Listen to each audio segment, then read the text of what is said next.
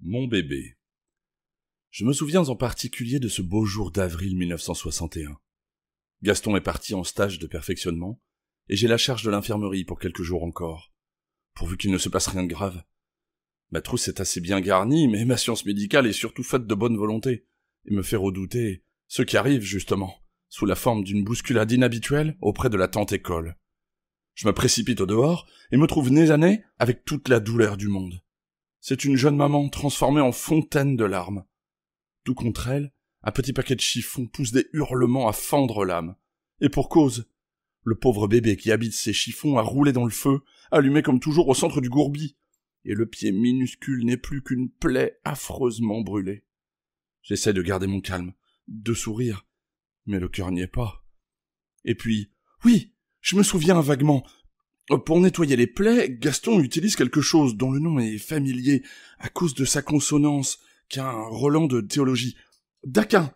Ouais, c'est ça, comme le saint Thomas du même nom, qu'on enseigne au séminaire. Je trouve le produit dans la trousse, et vite, je nettoie, badigeonne, le petit pied, avant de l'envelopper de tulle gras et d'un joli pansement de gaz pour finir. Les hurlements du petit bout de chou se sont transformés petit à petit en gémissements, puis en gazouillis, comme si rien ne s'était passé. Quant à la maman, avec un naturel confondant, elle se précipite et m'embrasse fougueusement les genoux, puis se relève, un arc-en-ciel de soulagement dans le regard. C'est évidemment la première fois que ça m'arrive, et j'en suis tout remué. Pendant quelques jours, elle me ramène son bébé. Chaque matin, je change les pansements, vérifiant que les chairs se reforment bien, émerveillé par la rapidité des progrès. Enfin, arrivent les 2 infirmières de l'AMG, l'assistance médicale gratuite. Leur passage est régulier depuis quelque temps et très apprécié de la population, enchantée de leur savoir-faire comme de leur gentillesse. Je cours chercher mon bébé et explique avec un peu d'inquiétude ce que j'ai cru bon de faire. « Exactement ce que nous aurions fait nous-mêmes !» me disent-elles avec leur plus beau sourire. J'en rougis de plaisir. À l'heure actuelle, mon bébé a dépassé la quarantaine, et quand il se déchausse en entrant à la mosquée, il doit apercevoir encore la trace de sa mésaventure. Si par extraordinaire il lisait ces lignes, il apprendrait comment un de ces affreux tortionnaires français l'a torturé jour après jour sous les yeux de sa mère. À en croire les témoignages irréfutables du FLN, de ses dévoués porteurs de valises, et même de certains journalistes contemporains, nous avons passé notre temps à ça. Et qu'en fait de repentance, le dit tortionnaire n'en éprouve qu'une joie aussi intense qu'à l'époque des faits. J'ai parlé des infirmières AMG, véritable bénédiction pour cette population démunie de tout. Elles sont enchantées de venir ici depuis qu'elles ont découvert les talents d'interprète de mes petits. Jusque-là, en effet, le diagnostic s'établissait d'après une longue litanie plaintive en version originale Shaoya, accompagnée de gestes désignant toutes les parties du corps, pour être sûr que la partie malade serait traitée elle aussi. Perplexité des infirmières qui finissaient par prescrire à tout hasard un peu d'aspirine et quelques vitamines, les sous-titres proposés par mes interprètes en herbe permettent d'affiner considérablement et de gagner un temps précieux.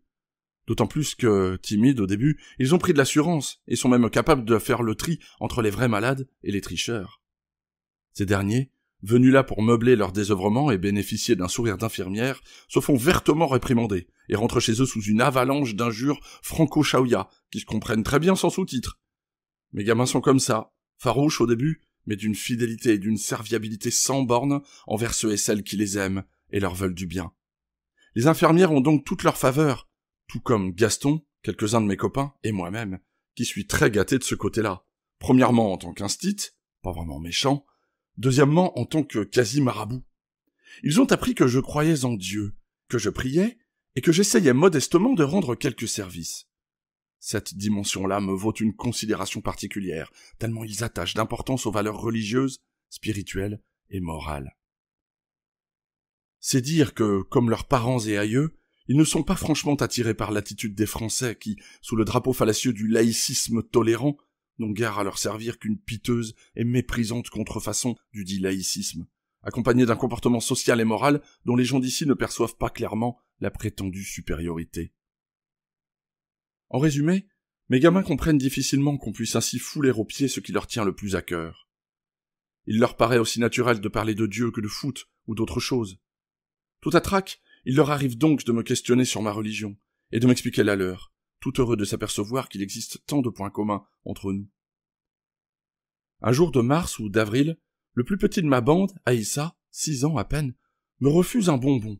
J'en distribue parfois, quand je peux en trouver. Tu n'aimes pas? Si, beaucoup, Capral, mais je veux faire un ramadan. Pour les enfants, c'est pas obligé. Non, mais moi je veux être un marabout, alors je fais le ramadan, m'explique-t-il avec un grand sourire qui me remplit d'admiration.